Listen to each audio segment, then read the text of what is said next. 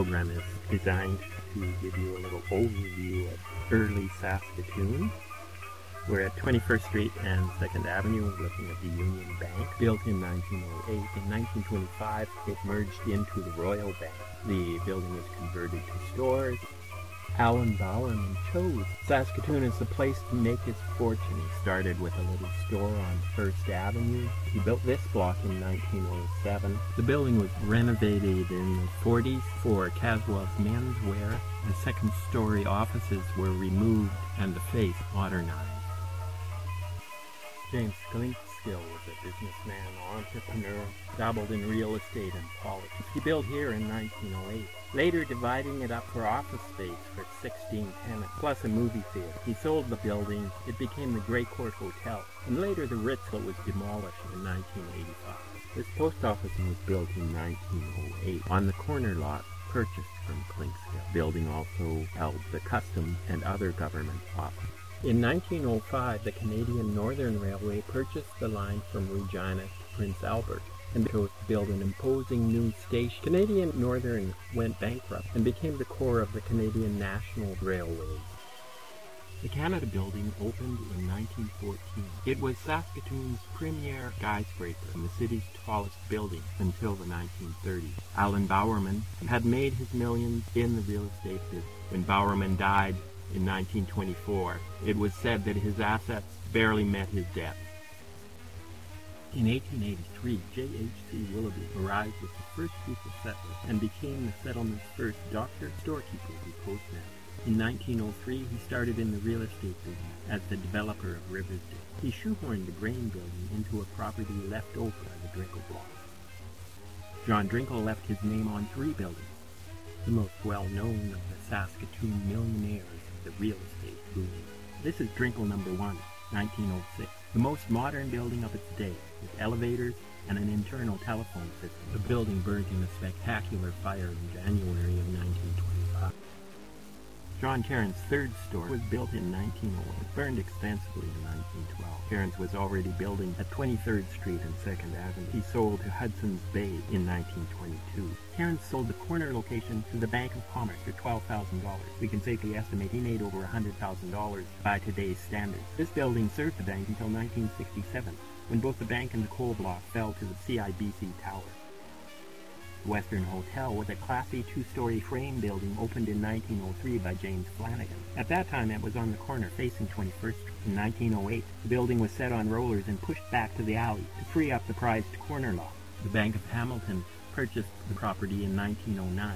In 1923, it merged with the Bank of Commerce, and the building was used by Toronto General Trust until 1962. This older decorative building, the Annex Block, was replaced possibly due to fire. The Priel Block opened in 1929. After the fire in his 2nd Avenue store, this store was sold to Great Western Furniture. It was one of the first of the buildings to lose its historic look, even in the 1920s. Modernism was the new keynote, and the building was given an Art Deco makeover. It is now Taverna Restaurant. The Chubb Building, 1908, has been the home of Marvell Beauty Salon for many decades. The building has lost its crown, but the 3 cherubs still remain. The north side of the 2nd block consisted of about 10 smaller buildings holding some 24 businesses until 1929. During that year, a new Woolworth, Kresge's, Burke, Eaton, and the Besborough Hotel gave the street its final developed look. This block clustered competitors along the walk to Eaton, a technique still used in big box retail.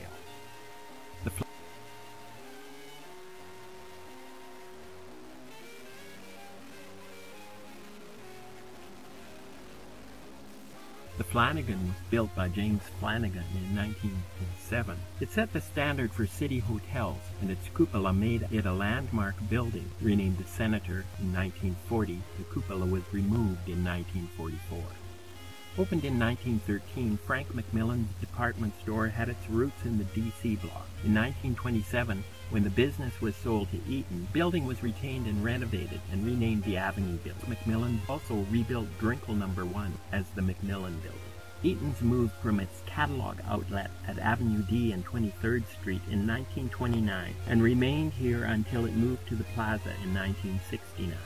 S.J. Cohen's Army and Navy discount department store operated from the building from 1973 to 2000. It has been totally renovated and now houses the Saskatoon School. Land titles were the hottest market commodity by 1909. When the new courthouse was built in 1959, the department was moved.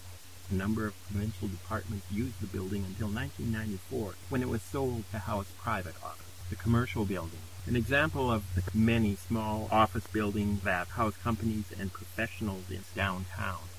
Saskatoon's first courthouse was built in 1907. It served the needs of the community until 1958, when a new building was constructed on Spadina Crescent. This one was demolished. This is now the site of the S.J. Cohn Building, 1979.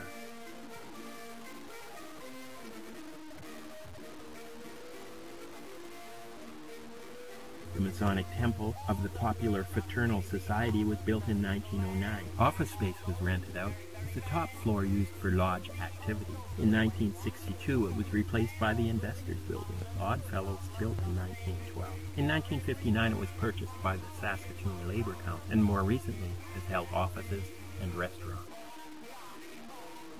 The Bedsboro was opened in 1935. The image of this castle on the river was the iconic symbol of the city well into the 1960s.